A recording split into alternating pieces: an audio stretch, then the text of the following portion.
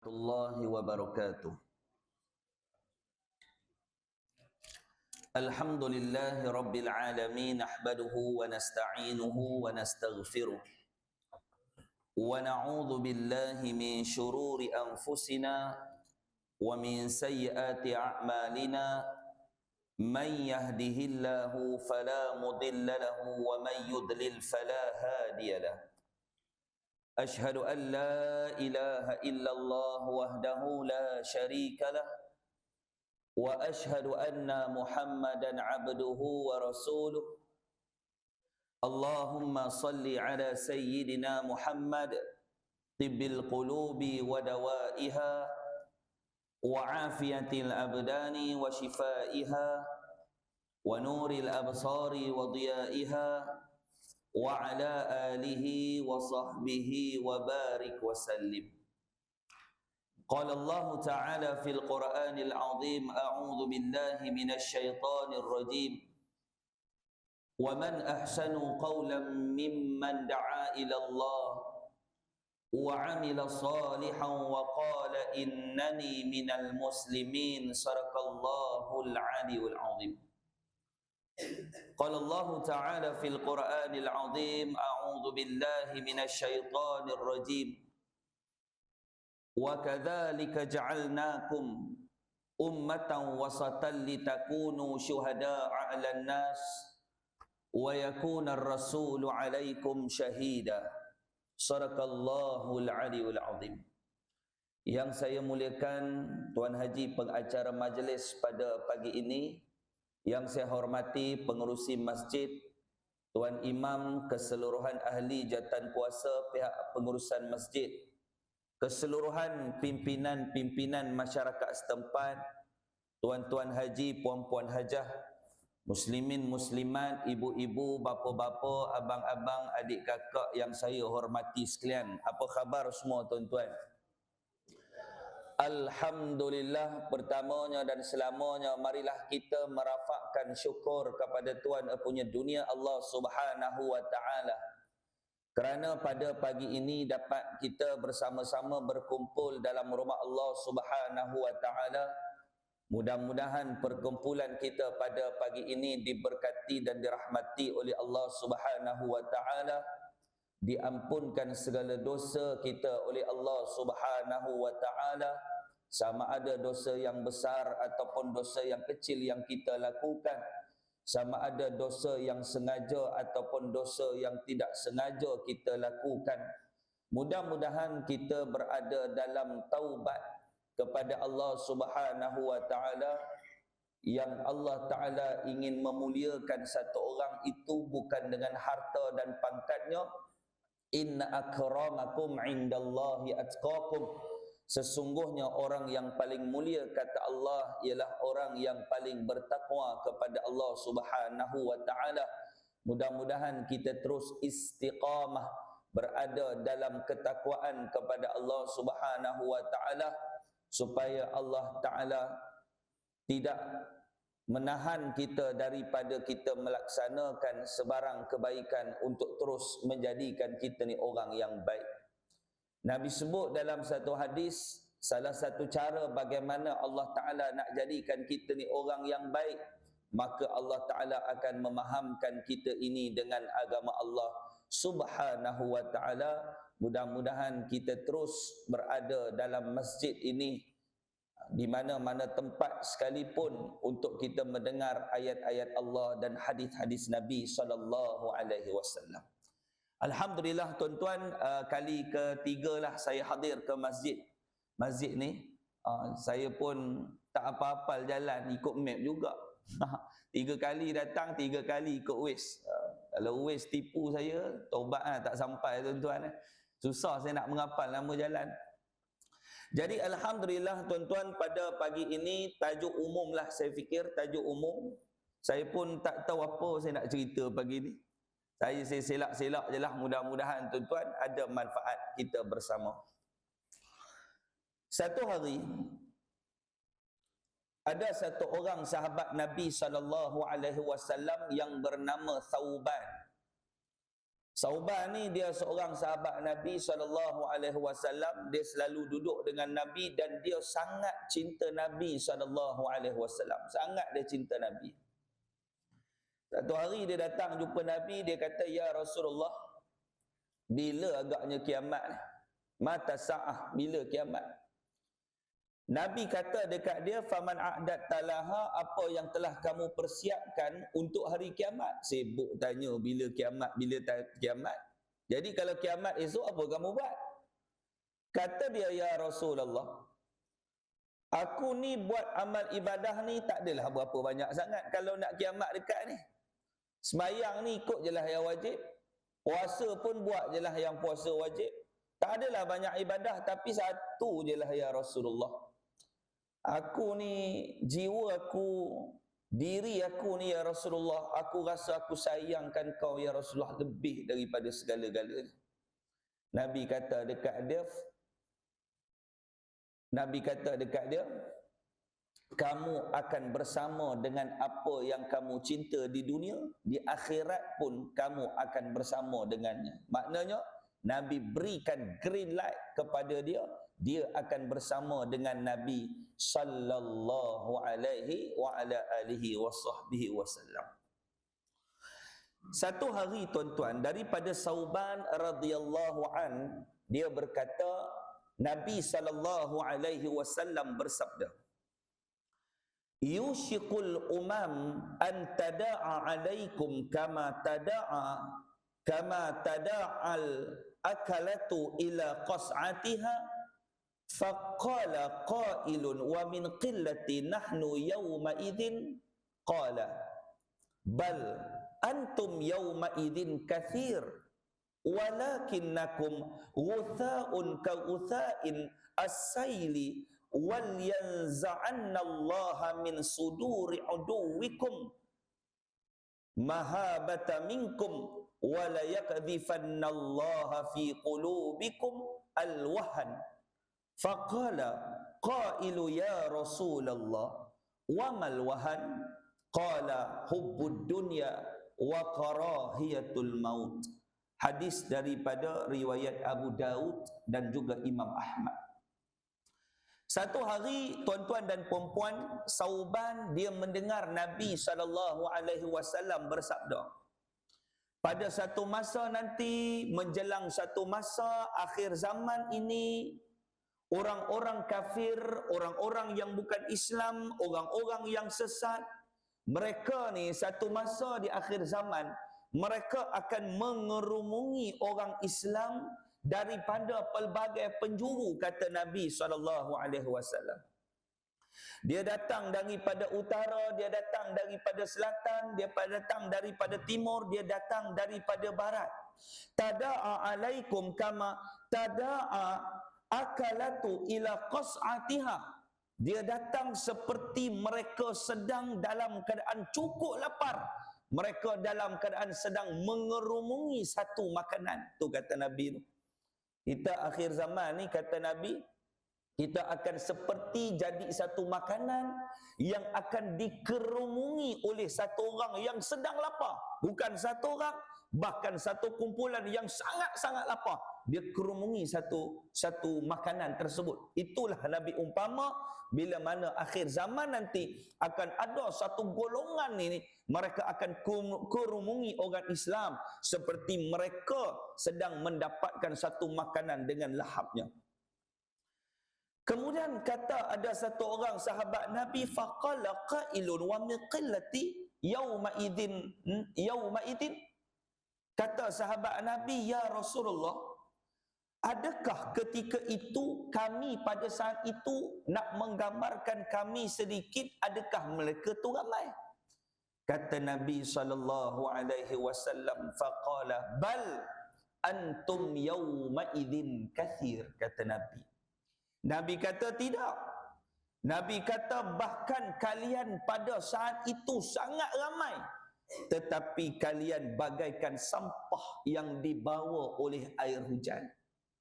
Tuan-tuan, kemarau lama, tak hujan lama, kita pun duk longgok sampah apa semua. tiba-tiba satu hujan pun dia mai datang, dia datang saja dekat laluan longkang kita, kita akan dapat melihat bagaimana dengan sampah-sampah yang berada di dalam sungai tadi tu, di dalam longkang kita tu, dia mengalir terlalu banyak sampah. Sebab apa? Dia dibawa oleh aliran air tadi tu. Nabi bagi tahu macam tu. Nabi kata bahkan kamu ni ramai waktu tu, tetapi kamu ni tak berguna seperti sampah-sampah yang dibawa oleh air hujan. Allah Subhanahu wa taala akan menghilangkan rasa takut kepada hati musuh kamu dan akan menimpa dalam hati kamu ialah al-wahan, penyakit, iaitulah dipanggil sebagai penyakit wahan.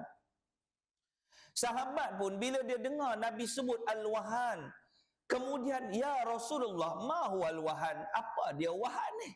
Wahan ni penyakit apa? Nabi bersabda, qala hubbud dunya wa karahiyatul maut.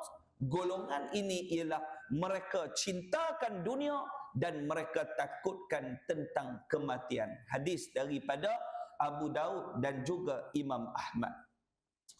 Tuan-tuan dan puan-puan yang dirahmati Allah sekalian, bila kita sebut tentang umat di akhir zaman ni tuan-tuan, orang Islam yang kita melihat makin lama makin ramai, makin lama makin ramai, makin lama makin ramai. Kalau tuan-tuan melihat di Sarawak ni mungkin kita tak berapa perasan, kalau tuan-tuan lihat di Malaysia ni tuan-tuan tak berapa perasan. Tapi kalau tuan-tuan melihat dia suasana dekat putaran dunia hari ni tuan-tuan, tuan-tuan melihat kepada UK, tuan-tuan melihat negara US hari ini yang dimenangi oleh siapa tuan-tuan? Oleh siapa? Donald Trump. Tak mustahil lah jadi Perdana Menteri 2 kali. Malaysia pun berlaku lah. Donald Trump tuan-tuan 2 kali ibu-ibu jadi Perdana Menteri. Pasal apa dia menang? Pasal apa dia menang? Sebab apa dia menang? Biden menggantikan Harris yang perempuan tu, betul? Pasal apa dia kalah? Dia memainkan isu perkauman. Dan Harris ni tuan-tuan, dia kalah semua tempat yang ada orang Islam, Harris ni kalah. Kalah dah. Donald Trump menang. Padahal dia ni saya fikir dia antara paling teruk yang menyokong Israel. Dia ni paling teruk. Dia ni paling semangat untuk membantai negara Palestin. Dia ni paling teruk. Pasal apa dia boleh menang? Sebab dia mainkan satu isu ketika akhir-akhir pilihan raya dia. Dia menyatakan dia akan melaksanakan gencatan senjata Israel terhadap Palestin. Dia menang. Islam sokong dia. Di sana. Orang Islam. Nak ceritakan perkembangan umat Islam ni tuan-tuan di pelosok dunia cukup tinggi. Makin lama makin ramai, makin lama makin ramai. Tetapi Nabi kata, sampai satu masa walaupun ramai, tetapi ada satu penyakit di dalam umat Islam, iaitulah penyakit wahan. Apa dia tuan-tuan? Hubbud dunya wa karahiyatul maut. Dia cintakan dunia dan ditakutkan tentang kematian. Satu hadis Nabi SAW, hadis yang sahih, saya ambil daripada hadis 40 Al-Imam An-Nawawi. Tuan-tuan boleh rujuk hadis yang ke-31. Satu hari sahabat Nabi SAW, dia panggil Rasulullah, ya Rasulullah, dullani ala amalin idza amiltuhu ahabbani Allah wa habbani an-nas. Faqala izhad fid dunya yuhibbakallah wazhad fima indan nasi yuhibbakan nas. Sadaqa Rasulullah sallallahu alaihi wasallam. Satu hari sahabat Nabi sallallahu alaihi wasallam dia bertanya kepada Nabi sallallahu alaihi wasallam, ya Rasulullah. Sahabat ni kalau dia jumpa Nabi, dia akan minta amalan. Sebab itu tuan-tuan kalau jumpa orang-orang alim, tuan-tuan minta amalan. Minta ah. Betul tak? Jumpa ustaz-ustaz yang tuan-tuan tengok macam alim, dia warak, betul tak? Tuan-tuan tengok dia ni orang soleh, sampai dia keluar masjid, dia kata, ustaz, bagi satu amalan sikit ustaz. Saya suka tanya begitu kalau saya pergi ceramah kat mana-mana, kalau kita tengok orang tu macam lain macam, tapi kadang-kadang orang tu kenal, ustaz ni tok guru daripada sini, ustaz tok guru, oh okey. Saya mesti jumpa dia, saya akan tanya dia, ustaz bagi saya satu amalan. Dia katalah, Syekh hantar jangan tinggal zikir. Dapat juga lah. Jangan tinggal zikir, subhanallah wa bihamdi, subhanallahil azim, hantar jangan tinggal. Syekh, kadang-kadang kita jumpa Syekh hantar jangan tinggal solat duha, Syekh hantar jangan ni, hantar jangan. Kita minta dia amalan. Sahabat bila dia tengok Nabi, dia minta amalan. Cuma tuan-tuan jangan minta saya amalan. Saya pun tak banyak amal ibadat. Saya bukan tok wali. Saya pun lebih kuat tuan-tuan juga. Tuan-tuan sampai kat tangga minta ustaz, minta amalan. Saya pun tak tahu apa amalan saya nak buat. Kita pun tak buat amalan. Jadi dia tanya Nabi SAW, ya Rasulullah, dullani ala amalin idza amiltuhu ahabbani Allah wa habbani an-nas. Ya Rasulullah, tunjukkan kepada aku, kata sahabat ni, ya Rasulullah, bila mana aku buat amalan ni, aku ni pasti akan Allah Ta'ala cinta dan manusia juga akan sayang pada aku. Oh, ni mahal amalan ni tuan-tuan. Amalan ni amalan yang cukup mahal. Buat saja amalan ni, Allah Ta'ala sayang kita dan manusia pun sayang kita. Faqala, kata Nabi SAW, Nabi sebut, izhad fid dunya yuhibbakallah. Nabi kata kamu kena zuhud terhadap dunia, maka Allah Ta'ala akan sayangkan kamu. Zuhud tentang dirimu terhadap dunia, maka Allah Ta'ala sayang kita. Wazhad fima indan nas yuhibbakan nas, kata Nabi. Dan kata Nabi, hendaklah kamu zuhud terhadap apa yang ada di sisi manusia, maka manusia akan sayangkan kepada kamu. Baik, kita melihat apa dia zuhud ni sebenarnya tuan-tuan. Zuhud ni apa? Tuan-tuan, zuhud ni apa? Saya tanya tuan-tuan. Asyik tuan-tuan tanya ustaz. Pagi ni saya tanya tuan-tuan. Zuhud ni apa? Siapa dapat jawab boleh makan nasi lemak di belakang. Nasi lemak ke Haji menu pagi ni? Betul lah tu. Nasi lemak, sungguh nasi lemak. 3 kali dah saya makan nasi lemak kat sini. 3 kali dah. Nasi lemak juga ya? Tak tahu Haji pun. Kita tak tahu nasi lemak. Ada belasang lah. Saya ingat yang last kita makan kuih dengan bubur, tak silap saya. Betul eh? Betul tu. Saya ingat tu. Makan yang sedap-sedap saya ingat masjid tu. Makan tak sedap pun saya ingat tau. Saya tak pergi dah masjid tu kalau makan tak sedap. Tak adalah bergurau tuan-tuan. Okey, baik tuan-tuan. Apa dia zuhud? Yang kita faham dalam kepala kita tuan-tuan, pakaian koyak. Perasan tak? Zuhud ni pakaian kita ni tak apalah pakaian tok uzur, kita tetap pakai. Kita tengok ada satu orang gajinya besar 7-8 ribu, 5-6 ribu, tapi dia pakai jubah ibu-ibu, ada 7 kali tampal, corak semua lain-lain. Semua lain-lain. Kita tengok, ya Allah, nampak macam susah, tapi laki bini kerja bagus. Kita pun sembang dengan dia. Kita kata, Saiful, nama Saiful contohlah. Saya kata, Pul, ni pakaian kamu ni, duit ada, belilah pakaian baru. Dia kata, Allah Syekh, anak ni bukan apa, anak zuhud. Tu bukan zuhud, tu kedekut. Tu kedekut tuan-tuan. Zuhud ni apa tuan-tuan? Dia tidak meninggalkan dunia, bahkan digunakan dunia untuk kebaikan akhirat. Itu zuhud. Dia ada pakaian dengan pakaian yang baru, dengan pakaian yang bersih, dengan pakaian yang elok. Dia bawa pakaian yang paling mahal menghadap Allah Subhanahu wa taala. Itu dia orang yang zuhud. Dia baru beli kereta, dia bawa kereta tu datang masjid. Setiap kali 5 waktu sehari semalam kalau dia pergi masjid, mesti dia bawa kereta baru ni sebab dia yakin Allah bagi dia rezeki, Allah yang bagi pinjam dekat dia, Allah bagi sedap dekat dia. Dia bawa kereta itu pada jalan Allah. Itu namanya zuhud. Dia menggunakan dunia ni untuk apa tuan-tuan?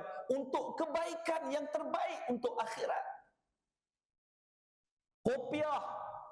Ada orang kopiah tak pernah basuh 8 tahun pakai. Bertaik lalat kopiah tu. Saya bukan sengaja tak nak tukar.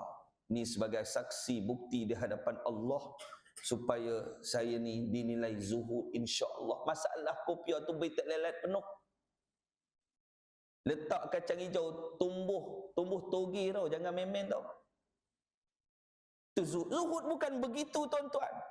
Zuhud itu ialah kita menggunakan dunia untuk tujuan kebaikan akhirat. Apa saja dalam hidup kita ni tuan-tuan, kita minta kepada Allah Subhanahu wa taala agar Allah Taala cukupkan dalam hidup kita. Cukup dalam hidup kita. Rasa tak tuan-tuan? Sebab kita nak satu benda, orang yang tujuan dia dapat, dia buat satu sifat zuhud, maka dia insya-Allah dia mendapat satu perkara, iaitulah berkat daripada Allah Subhanahu wa taala. Sebab itu dua benda yang kita tak pernah tak minta dengan Allah. Dua benda kita tak pernah tak minta dengan Allah. Apa dia tuan-tuan? Hari-hari kita minta dengan Allah. Apa dia? Umur panjang. Betul tak? Ya Allah, panjangkanlah umur aku, ya Allah. Panjangkanlah umur aku, ya Allah. Jumpa ustaz, panjangkanlah umur makcik ustaz. Panjangkanlah umur makcik ustaz, doa makcik panjang umur. Saya tanya makcik umur berapa? Dah 68. Kalau saya tanya makcik agak-agak, makcik nak panjang mana umur? Kalau boleh sekali ganda lagi ustaz. 136 tahun.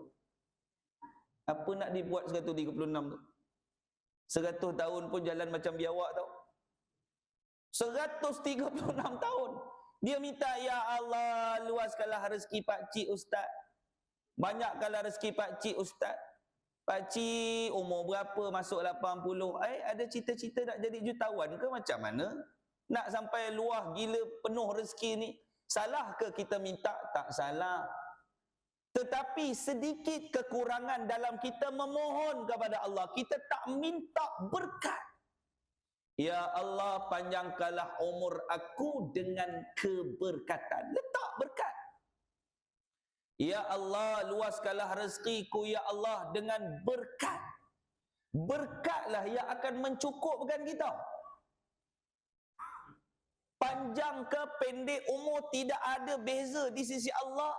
Tetapi yang beza di sisi Allah ialah orang yang dapat berkat dengan umur dia. Al-Imam An-Nawawi dia mati umur 40 tahun. 40 tahun. Tetapi kitab karangan Al-Imam An-Nawawi digunakan seluruh dunia untuk menjadi rujukan. Berkat. Walaupun umurnya pendek, tetapi dia menyumbang kepada agama cukup besar. Al-Imam Asy-Syafi'i umurnya 50 tahun lebih. Tetapi mazhab Imam Asy-Syafi'i kita gunakan pada hari ini menjadi satu pegangan mazhab di Malaysia ni. Betul tak? Sebab apa? Berkat. Rezeki kita minta kepada Allah untuk apa? Berkat. Sebab itu bagaimana kita nak mendapat keberkatan di dalam hidup? Pertama, kita doa pada Allah supaya Allah Ta'ala memberikan kita ni keberkatan. Paling simple, kita doakan berkat pada orang. Orang akan doakan keberkatan kepada kita. Lafaz salam sekalipun telah mendoakan keberkatan pada orang. Doa. Assalamualaikum warahmatullahi wabarakatuh. Berkat. Kita minta rezeki kita. Allahumma barik lana. Nampak tak? Fima razaqtana waqina adzabannar. Saya sekolah rendah dulu, cikgu nyanyi lagu tu yang ingat tau. Kan? Kalau ustazah dia mengajar tanpa muzik, budak-budak dia kena ulang 16 kali baru budak-budak dia ingat. Allahumma barik lana fima razaqtana wa qina adzabannar. Budak tu krik. Tapi kalau ustazah tu nyanyi Allahumma barik lana fima razaqtana wa qina adzabannar. Budak 3 kali cikgu tu ulang, ingat dah sampai balik. Saya ingat sampai ketua. Lagu tu. Kita doa berkat. Kita minta kepada Allah berkat. Ada satu hari, saya banyak tempat saya cerita tuan-tuan, ada satu hari Nabi ada 8 dirham. Nabi ada duit 8 dirham. Bila Nabi ada duit 8 dirham ni tuan-tuan, Nabi nak berhajat, nak membeli satu jubah baru. Nabi pergi kedai, Nabi pergi pasar, Nabi pergi cari jubah.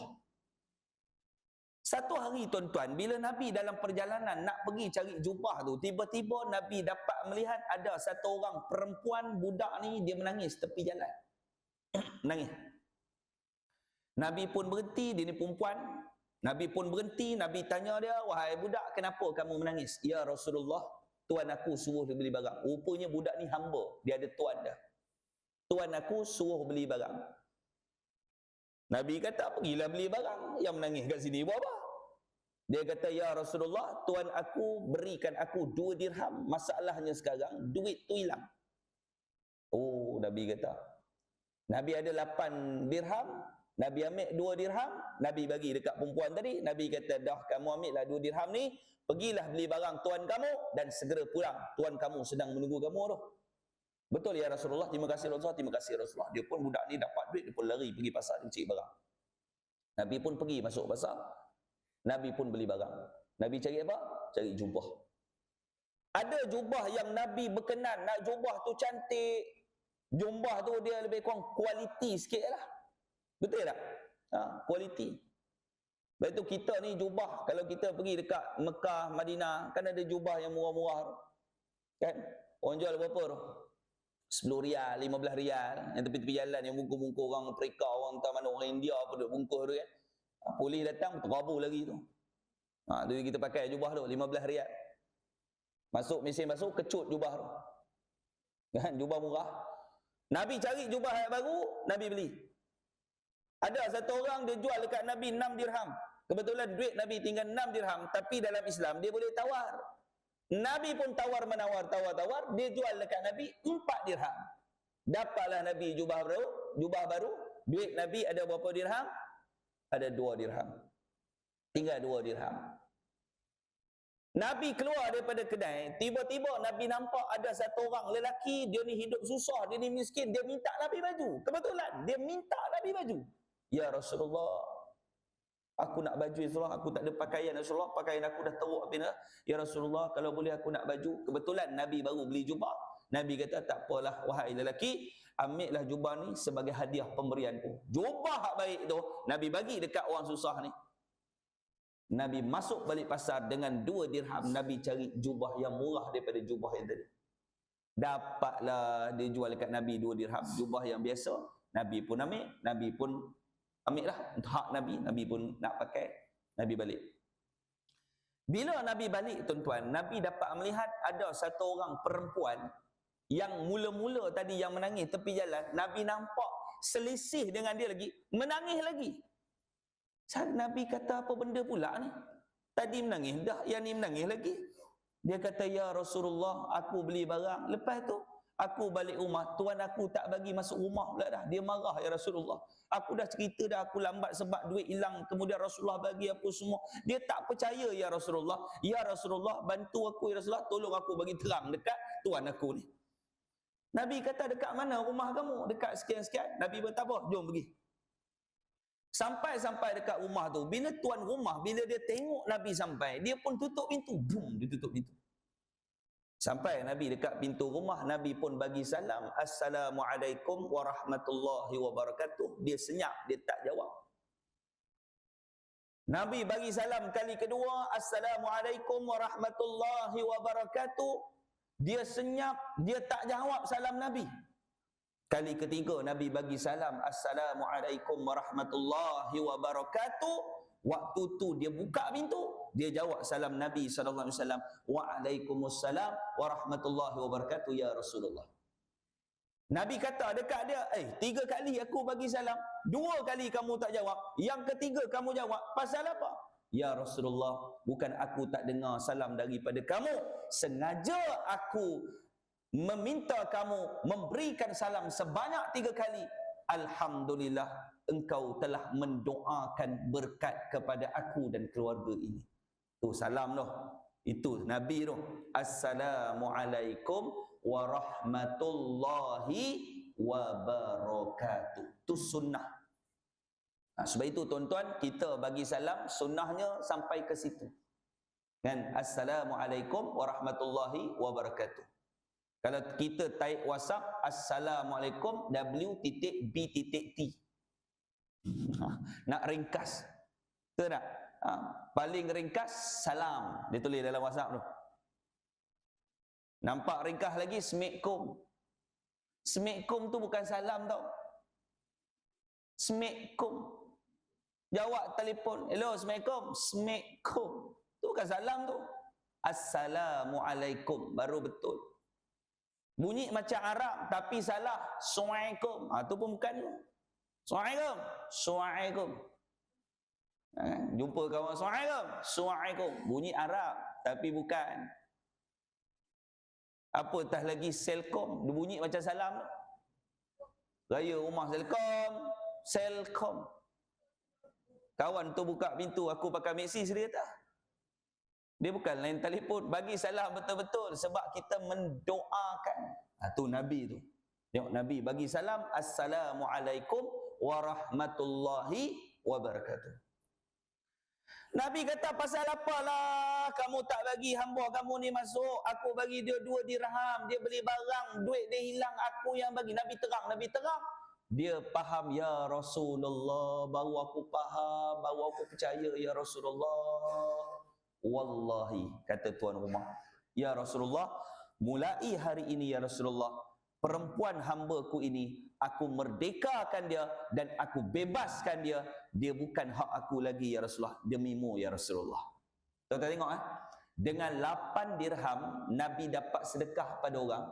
Dengan 8 dirham Nabi dapat beli jubah yang baru pada orang. Dengan 8 dirham Nabi dapat jubah juga. Dengan 8 dirham Nabi dapat membebaskan seorang hamba. Itu apa dia tuan-tuan? Berkat. Itu namanya berkat. Sebab itu tuan-tuan, dalam hidup kita ni tuan-tuan, kita mencari berkat. Yang kedua, selepas kita doa nak mendapat berkat, bagaimana kita nak mengundang berkat dalam hidup kita? Kita ikut Al-Quran dan sunnah Nabi sallallahu alaihi wasallam. Sebab itu tuan-tuan, ada satu hadis Nabi sallallahu alaihi wasallam, ada satu orang sahabat Nabi namanya Sayyidina Abu Hurairah. Abu Hurairah ni tuan-tuan, dia satu orang sahabat Nabi yang paling banyak meriwayatkan hadis Nabi, lebih kurang dalam 5,374 buah hadis Nabi sallallahu alaihi wasallam. Dia dengar Nabi sallallahu alaihi wasallam bersabda, "U'titu khamsan lam yu'tahunna ahadun minal anbiya'i qabli." Kata Nabi sallallahu alaihi wasallam, aku telah diberikan 5 perkara yang tidak pernah dikurniakan seorang nabi pun sebelum aku, kata Nabi. Ini special Nabi kita, Nabi Muhammad ni. Dia dapat daripada Allah 5 perkara, dan 5 benda ni Allah Ta'ala tak beri pun kepada Nabi ataupun Rasul-Rasul yang lain. Nabi Muhammad saja yang dapat. Kata Nabi, ursiltu ilal hamri wal aswad waju'ilat liyal ardu masjidan wa tahuran wa nusirtu bi ru'bi masirati syahrin wa uhilla lil maghnam wa u'titu syafa'ata faddakhartuha lil ummati. Sadaqa Rasulullah sallallahu alaihi wasallam. Nabi kata, aku ni dapat, aku minta kepada Allah ada 5 perkara yang Allah Ta'ala bagi, dan Allah Ta'ala bagi ni pula tidak diberikan langsung kepada nabi-nabi yang lain, hanya pada aku, kata Nabi sallallahu alaihi wasallam. Yang pertama, kata Rasulullah, aku diutuskan kepada semua manusia, sama ada kulit putih merah, kulit putih kemerah-merahan ataupun hitam. Apa makna dia? Nabi diutuskan untuk seluruh umat manusia. Kalau Nabi Nuh dipanggil umat Nabi Nuh, rasa tak? Kalau Nabi Hud dipanggil umat Nabi Hud. Kalau Nabi Saleh, kaum Nabi Saleh. Tetapi Nabi Muhammad, wa ma arsalnaka illa rahmatan lil alamin, rahmat sekalian alam. Tu Rasulullah, Nabi kita. Yang kedua, kata Nabi, Wa ju'ilat liyal ardu masjidan wa tahuran, dan dijadikan bumi ini adalah tempat di mana kamu berada, di situ kamu boleh sujud, di situ kamu boleh solat, di situ kalau kamu boleh menjadi orang yang bersih. Maknanya, di mana tempat kita berdiri, di mana tempat kita merantau, di mana kita buat dosa, di situ juga kita minta ampun, taubat kepada Allah. Allah Ta'ala memuliakan umat Nabi Muhammad, Allah Ta'ala memakbulkan taubat kita. Nabi Adam alaihi salam, sewaktu dia dikirimkan di dunia, perasan tak? Nabi Adam pasal apa dia turun dekat dunia, tuan-tuan? Dia telah menghampiri satu pohon dalam syurga, namanya pohon apa? Ada orang kata pohon khuldi, ada ulama kata pohon khuldi. Dulu saya kecil-kecil ada satu orang ustaz tu, dia kata Nabi Adam dia termakan satu buah khuldi. Bila termakan satu buah khuldi, syaitan duk asuk dia makan, tiba-tiba sedang makan tu, Nabi Adam tersedar yang Allah Ta'ala larang, dia tercekik, tu yang keluar halkum. Ustaz tu kata. Ustaz tu pun tak tahu mana dia dapat. Saya tanya kenapa lelaki ada halkum, dia kata Nabi Adam tersekat makan buah khuldi. Wallah, kita pun tak tahu sahih ke tidak cerita tu. Kan? Tak ada hadis kat situ, tak ada hadis. Bila sekali saja buat silap Nabi Adam ni, Allah Ta'ala lucut pakaian syurga, Allah Ta'ala pakaikan pakaian dunia, merantau dan pisah dia dengan isteri dia. Siti Hawa berada di Jeddah waktu tu. Turun Nabi Adam merantau cari dan bertaubat kepada Allah 40 tahun. Taubatnya tidak diterima oleh Allah Subhanahu wa taala, tetapi Nabi Adam masuk kawasan kota Mekah, bermunajat, bertaubat lagi sungguh-sungguh kepada Allah, baru Allah Taala terima taubat Nabi Adam sebab dia masuk kawasan kota Mekah. Nabi Muhammad, umat dia, di mana tempat dia berdiri, di situ tempat dia sujud, di situ tempat dia bertaubat, di mana-mana pun Allah Ta'ala terima taubat dia. Hebat jadi umat Nabi Muhammad sallallahu alaihi wasallam. Kemudian kata Nabi, wa nusirtu bi ru'bi masirati syahrin wa uhilla lil maghnam, kata Nabi. Yang seterusnya Allah Ta'ala telah memberikan rasa gerun kepada musuh sebulan perjalanan. Apa makna dia, tuan-tuan? Sebelum Nabi nak pergi perang, sebulan sebelum Nabi nak menyertai perang, Allah Ta'ala telah tiupkan satu perasaan takut kepada musuh yang nak menentang Nabi ni. Allah Ta'ala tiupkan satu perasaan gemetar bila sebulan awal musuh takut dah nak berperang dengan kumpulan yang disertai oleh Nabi Muhammad sallallahu alaihi wasallam. Sebab itu dalam banyak-banyak hadis, tuan-tuan, malam semalam saya cerita tentang satu hadis di Masjid Taman Muda Hashim berkaitan dengan satu perang Khaybar. Nabi boleh tahu dah Khaybar akan dimenangi oleh orang Islam. Nabi tahu dah. Nabi berikan panji bendera kepada Sayyidina Ali bin Abi Talib. Nabi bagi lelaki ni kalau pegang saja bendera panji ni, esok menang. Dalam menang, memang menang. Nabi tahu. Sebab apa? Allah Ta'ala tiupkan satu perasaan gementar ke dalam musuh-musuh Nabi sebulan perjalanan. Ni gementar. Sebab itu, tuan-tuan, ada satu hari dalam ketakutan dia cuba melawan takdir. Siapa dia? Suraqah bin Malik bin Ju'shum. Tuan-tuan pernah dengar kisah ni? Suraqah bin Malik bin Ju'shum. Satu hari bila Nabi hijrah, Nabi keluar, Nabi hijrah dengan siapa? Sayyidina Abu Bakar. Nabi keluar, ibu, dia keluar. Bila Nabi turun daripada Gua Thawr, Nabi turun, Nabi berjalan menuju ke bumi Madinatul Munawwarah. 4 hari Nabi hilang waktu tu. 4 hari Nabi dah tak ada di kota Mekah. Pening orang-orang kafir jahiliah ni mencari Nabi, tak jumpa. Dia kata Nabi lari dah. Lalu Abu Jahal kata, baik, hampir masuk 5 hari dah kita tak jumpa Nabi, tapi siapa dapat Nabi Muhammad hidup atau mati, maka aku akan hadiahkan 100 ekor unta. Unta ni mahal lah. Betul tak? Orang Sarawak ada buat sembelih unta. Try sekali, tuan-tuan. Ya jadi banyak duit, ayah-ayah je banyak duit kan.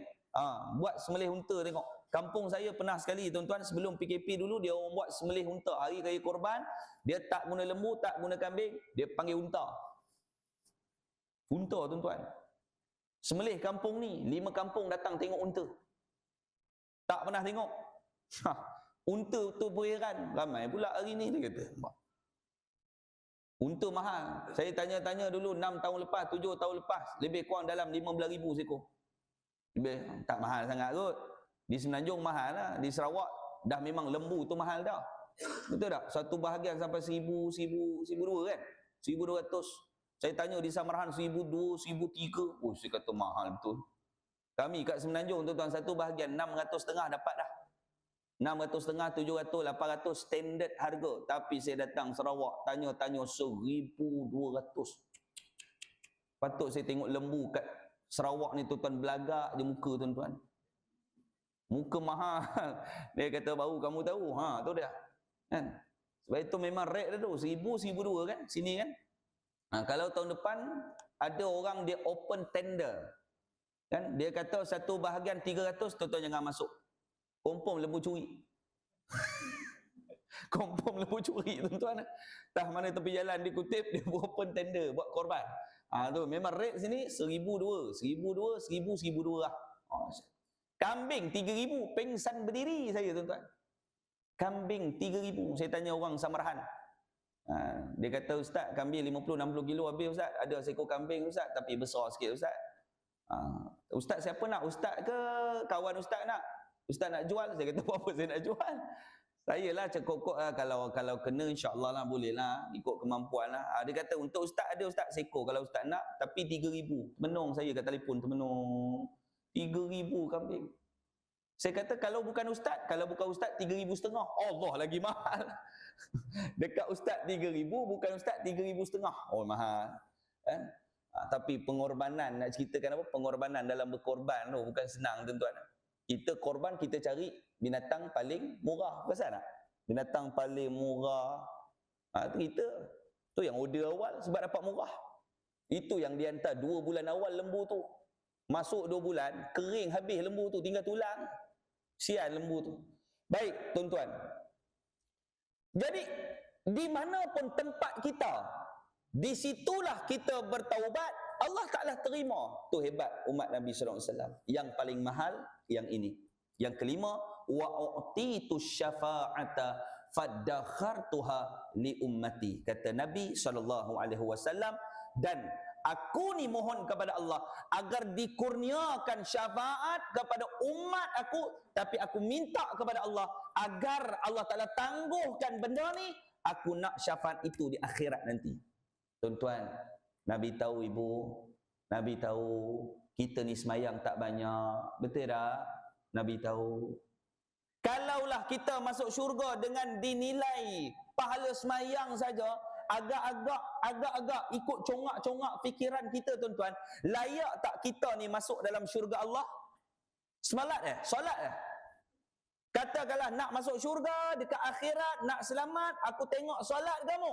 Agak-agak dengan semayang kita ni, layak tak kita ni masuk syurga Allah? Layak ke ibu? Tak. Saya lah tuan-tuan, mungkinlah tuan-tuan layak. Kita ni semayang pun hati duk merabat, betul tak? Kita sambil semayang dia tengok jubah orang depan. Ada satu budak dulu, dia tulis, budak-budak kan suka pakai baju conting-conting belakang tu kan, macam-macam, reunion, alumni, duk baca senarai nama sampai 29 orang belakang dia tu. Imam pula baca panjang maghrib tu. Kita nak ikut bacaan imam, kita tak hafal. Jadi kita bacalah nama kat belakang tu, Aiman. Usuk duk baca sampai khatam 29 nama. Nak khusyuk Allah out. Ada satu budak kita duk semayang, kita semayang, buka mata, dekat baju tu tulis apa pandang-pandang, tutup balik mata, baju tu tulis apa pandang-pandang. Dia tahu kita pandang dia. Bukan senang tuan-tuan. Betul ibu kan? Time semayang lah, tengok telekong orang. Ori ke lokal? Time dia rokok lah. Allahu Akbar. Dia tengok telekong kawan sebelah. Beli Shopee ni, subhana rabbiyallah. Beli Shopee katanya. Sami Allah, nak sujud Allah, Shopee. Kan aku kata lah, duk bunyi handphone Shopee, duk bunyi. Saya pun tak faham macam mana nak silentkan binatang ni. Ada cara ke tu? Bunyi Shopee dia bunyi tengah semayang. 2-3 kali dah saya kena tuan-tuan. Shopee. Allah. Habis semayang hamba Allah beli Shopee Ustaz dia sambil dia salam. Saya kata macam mana aku nak hilangkan bunyi ni? Kena uninstall Shopee. Tapi tak boleh nak bayar tu. Nak khusyuk agak-agak tak layak kita. Tak layak. Agak-agaklah kalaulah dinilai nak masuk syurga dengan Quran sahaja, agak-agak kita layak tak kita ni masuk syurga Allah? Oh banyak kita baca Quran. Berapa banyak kita baca Quran? Khatam Quran bulan Ramadan beria-ria. Betul tak? Ramadan je dia baca Quran. Malam 29 Ramadan habis dah sadaqallahul azim. Dia ambil kursi, dia pijak kursi, letak atas almari, insya-Allah jumpa tahun depan. Tu dia tuan-tuan, jumpa tahun depan. Bergabuk Quran tu yang lagu tu kata suci dalam debu. Quran tu suci, berdebu je luar tu. Nampak tuan-tuan? Agak-agak kita lah kalaulah dinilai pahala hanya dengan zikir saja masukkan kita dalam syurga, berapa banyak kita berzikir. Nabi tahu tak benda ni? Nabi tahu tuan-tuan, Nabi tahu. Sebab itu Nabi kata kepada Allah, fadakhartuha li ummati. Aku minta tangguhkan syafaat ini, dan syafaat ini aku nak berikan kepada umat aku di akhirat nanti. Maka kita layak masuk dalam syurga nanti. Walaupun amalan kita tak banyak ibu, tetapi kita berhak mendapat syafaat daripada Nabi SAW di akhirat nanti. Dengan syafaat itulah kita masuk dalam syurga. Allah. Tapi tuan-tuan, adakah semua orang masuk dalam syurga? Ini persoalannya. Adakah semua orang akan layak masuk dalam syurga? Kata Nabi SAW satu hadis lagi daripada Siti Aisyah.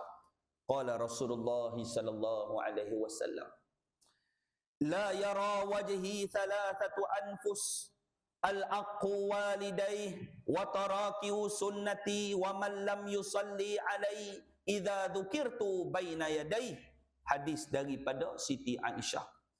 Satu hari Siti Aisyah menyatakan Nabi SAW bersabda, akan ada di akhirat nanti 3 golongan yang mereka ini tidak akan dapat melihat wajah Nabi SAW. Dalam makna kata, bila tak dapat tengok wajah Nabi, maka dia ni tuan-tuan takkan dapat syafaat daripada Nabi SAW. Allah, takut itu tuan-tuan kan? Kita ni puasa tak berapa kemas dah. Puasa pun tahan lapar dahaga je perasan nak. Tahan lapar, nak time tak sahur. Tapi orang Melayu ni, itulah saya kata tuan-tuan, kan orang kita ni bab puasa memang power tuan-tuan. Bab semayang out tau. Tengah sujud sejadah boleh tidur tuan bayangkan. Tu orang kita bab semayang dia tak apa rajin. Tapi yang hebat bab semayang ni, yang hebat bab semayang ni orang India, Pakistan, Bangladesh. Geng-geng tu memang power semayang, betul? Kita tengok waktu Ramadan, dia orang kalau kerja kontrak pagi sampai petang, tuan-tuan malam tarawih 20 rakaat steady je duduk belakang Tok Imam tak bergerak. Tuan-tuan perasan tak geng ni? Dia kuat, memang kuat semayang. Ini kajian. Yang kita ni 8 rakaat, separuh masjid hilang. Separuh hilang. Yang geng Bangla, Pakistan ni duduk steady, relax, goyang tidak, apa tidak. Nak cerita apa? Dia orang bab semayang memang rajin. Kita pula duduk apa? Ngensuk perlahan ke belakang. Duduk ngensuk tak nak orang perasan. 2 rakaat dia ngensuk ke belakang. Dia ngensuk ke belakang. Dia ngensuk ke belakang. Dia ngensuk. Dia buka mata, rupanya duduk kat parking tuan-tuan. Dia duduk kat parking. Punya nak lari tu. Orang kita bab semayang ni dia out sikit kan. Arab Quran. Arab Quran. Orang Arab dia hebat dengan ibadah Quran. Semayang pun tak rajin macam kita. Tu Arab Quran memang power. Mainan dia orang Quran ni. Orang kita power apa? Puasa. Arab pun tewas dengan orang kita tau. Orang kita bab puasa memang power. Arab kalau dia tak sahur, dia tidur sepanjang hari tau. Dia tak larat. Sebab dia orang jenis spesies makan Allah. Ayam 4 ekor seorang selamba. Kambing 2 orang yang sental. Kita isteri tak buat sahur, kita puasa tak ayah-ayah? Puasa. Tu hebat orang kita tu. Dia boleh tahan. Pukul 8 power lagi. Bini tak sahur, tak buat sahur. Pukul 9 power lagi. Pukul 11 hebat lagi. 2:30 petang macam zombie kat tiang rumah.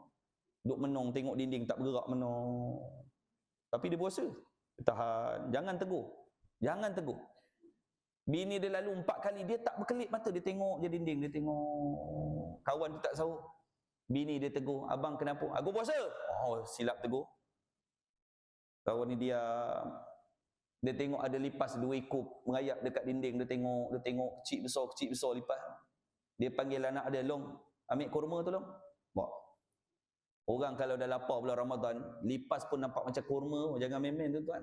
Tapi dia tahan sampai petang, dia tahan. Tu orang kita tuan-tuan. Nabi kata, Siti Aisyah kata, dia ni 3 golongan ni dia takkan dapat melihat wajah Nabi. Nabi pun tak teringin nak pandang wajah dia. Siapa golongan ni? Kata Nabi SAW, al-aqu walidaih, orang yang derhaka dengan mak bapak.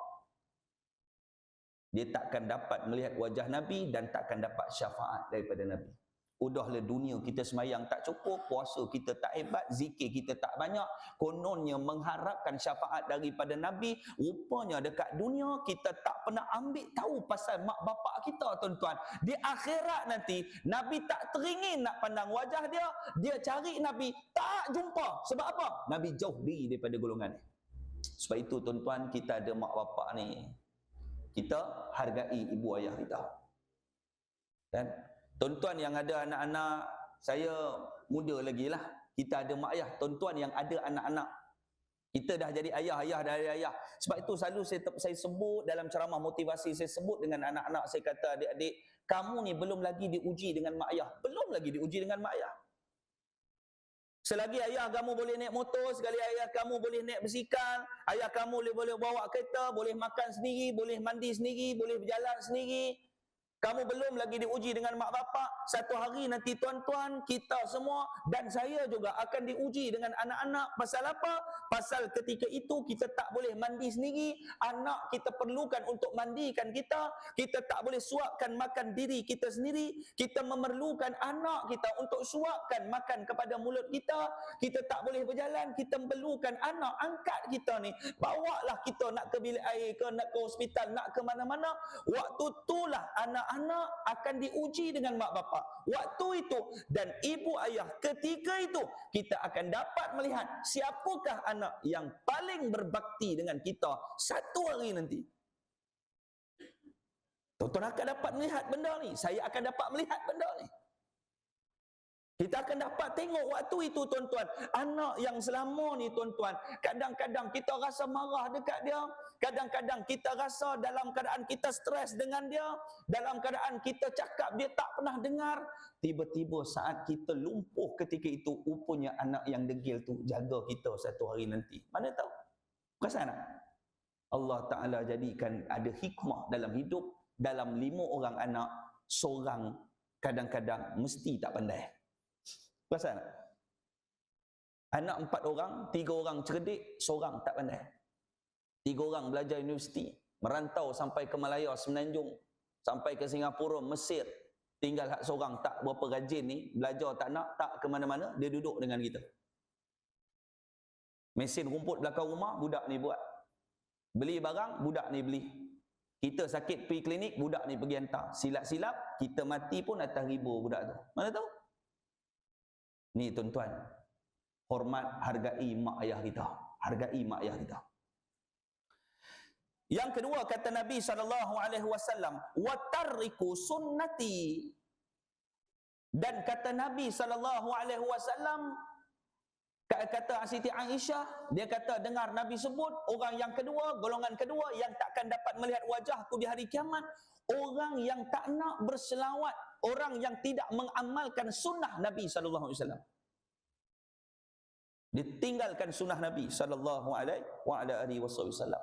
Sebab itu tuan-tuan, selagi kita bernafas dan juga hidup, kita fikirkan dalam hidup kita ni, ibu-ibu yang dirahmati Allah sekalian, satu hari satu sunnah kita buat. Kita punya misi dan visi kita, satu hari satu sunnah. Ustaz, sunnah Nabi yang mana Ustaz? Semayang ke? Bukan tu saja. Sedekah pagi Jumaat pun sunnah, senyum dekat orang pun sunnah, cakap kata-kata yang baik pun sunnah, pakai wangi-wangian pun sunnah, tutup aurat pun sunnah. Nampak tak? Sebab itu ibu, keluar ni sekarang, senyum dekat orang. Sunnah, dapat pahala. Ini sambil dia bangun, muka masam. Sakit lutut aku bersila kuliah subuh lama-lama macam ni. Hei, dia mengata kat ustaz pula tu. Tak dia, dah nak berhenti dah, jangan risau, dah nak berhenti dah. Senyum pun dapat pahala sunnah. Yang ketiga kata Nabi SAW, wa man lam yusalli alai idza dzukirtu baina yadayhi.